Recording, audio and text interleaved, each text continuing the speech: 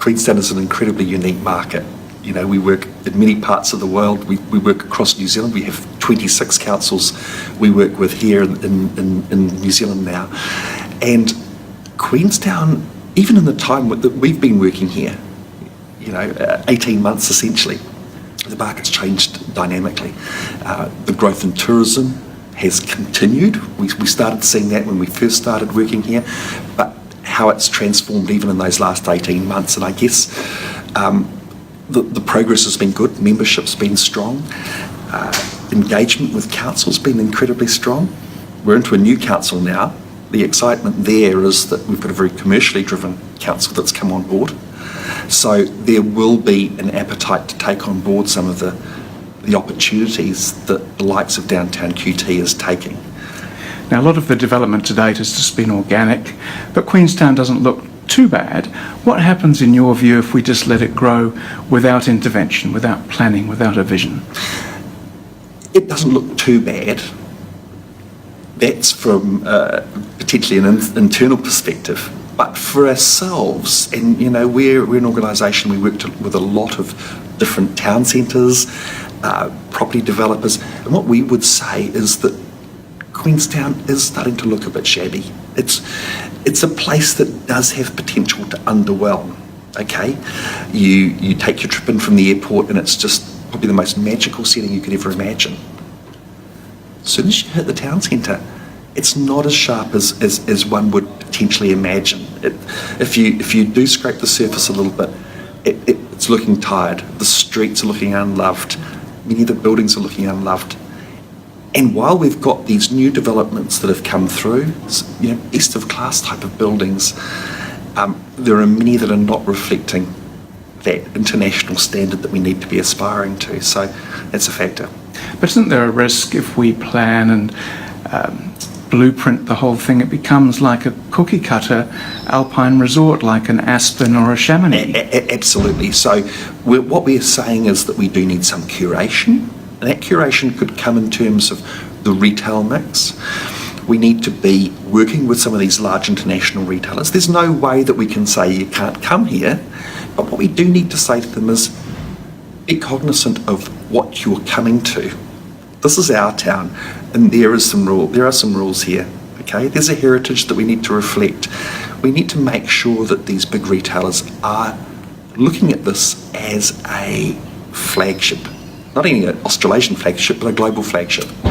But how on earth can you tell a big global retailer what to do? I mean, that's real David and Goliath stuff. Absolutely, but we need to be audacious. Okay, that's the thing that Queenstown really needs to.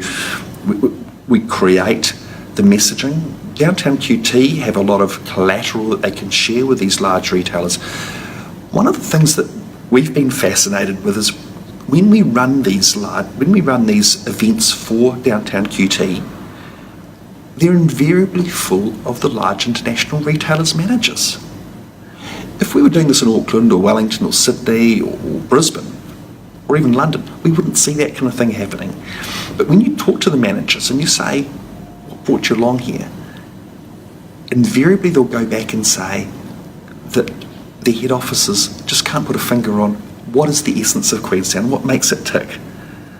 And they've been sent with the message of come back to us and tell us what we need to do here to be successful. But haven't you got a bit of an impossible task? I can understand the risk of people being underwhelmed, and that the consequences are really serious because tourism is now our biggest industry. But New Zealand looks a little bit dowdy. New Zealand has this charming, threadbare, rusting corrugated iron thing going on.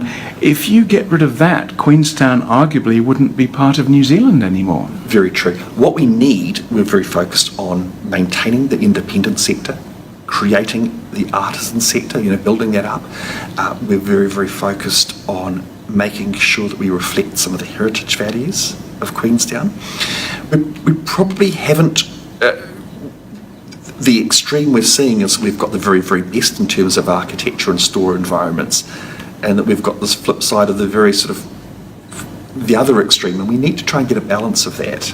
So through the strategy, the original strategy document, we talked very much about what we would call succession.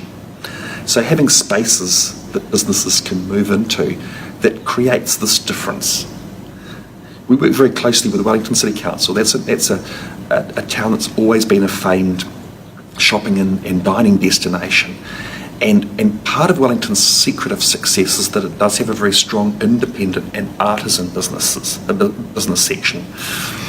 And with its new council, that's even more of a focus, and I think that we can take some learnings from the likes of Wellington and some of these other cities around not only Australasia but the globe, and how we can manage that.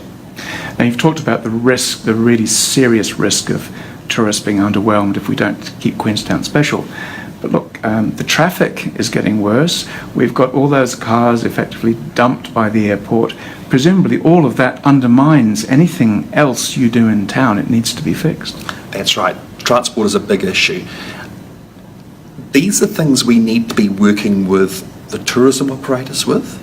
You know, we talked this afternoon about some of the evolution of the streets. So we've worked on pedestrianisation here.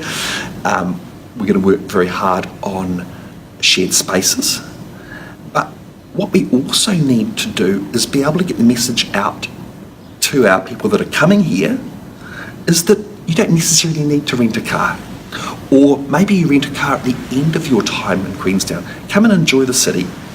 Walk around. It is a walkable place. It is a place you can get to with public transport easily.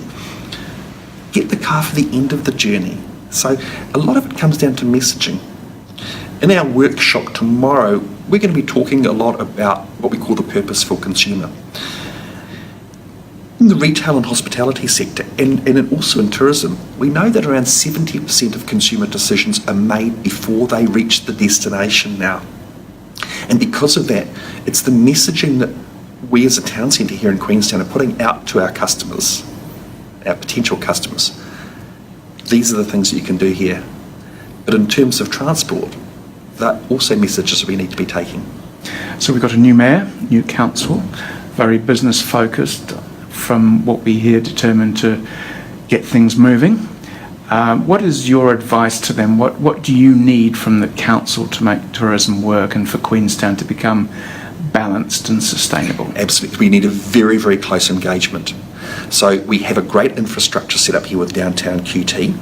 What we would like to see is the senior management team amongst these meetings. They need to be here taking the pulse of the business community. We need to be looking at things like red rules and blue rules. Okay, so we need to be looking for some flexibility. Red rules, these are absolutes, we can't change them. That's accepted. But we do need to be looking at the blue rules, which allow council officers some flexibility in developing and allowing Queenstown to respond and be more agile to opportunity and risk. Now, you seem an optimistic person by nature, but are you honestly optimistic about Queenstown's future, or are we sitting on the fence 50-50 at the moment? Look, it's all reliant on council, okay? And it's not just the mayor. It does rely on a mandate from those elected members that we have there. But also, you know, we're also reliant on the likes of Otago District Council in terms of the transportation and the likes of transit. And it's fair to say that unless you're close to the situation, unless you understand the challenges and the opportunities that are here in Queenstown, you know, it's a very different animal. That's the one thing that we found from working all over the globe. Queenstown is so unique. It's a different world. And so your money is on Queenstown being successful or struggling? My money's on Queenstown being successful, but we need to give pace to opportunity. So we need to make sure that these businesses have the opportunity to move when there is the chance to take those opportunities as they come along.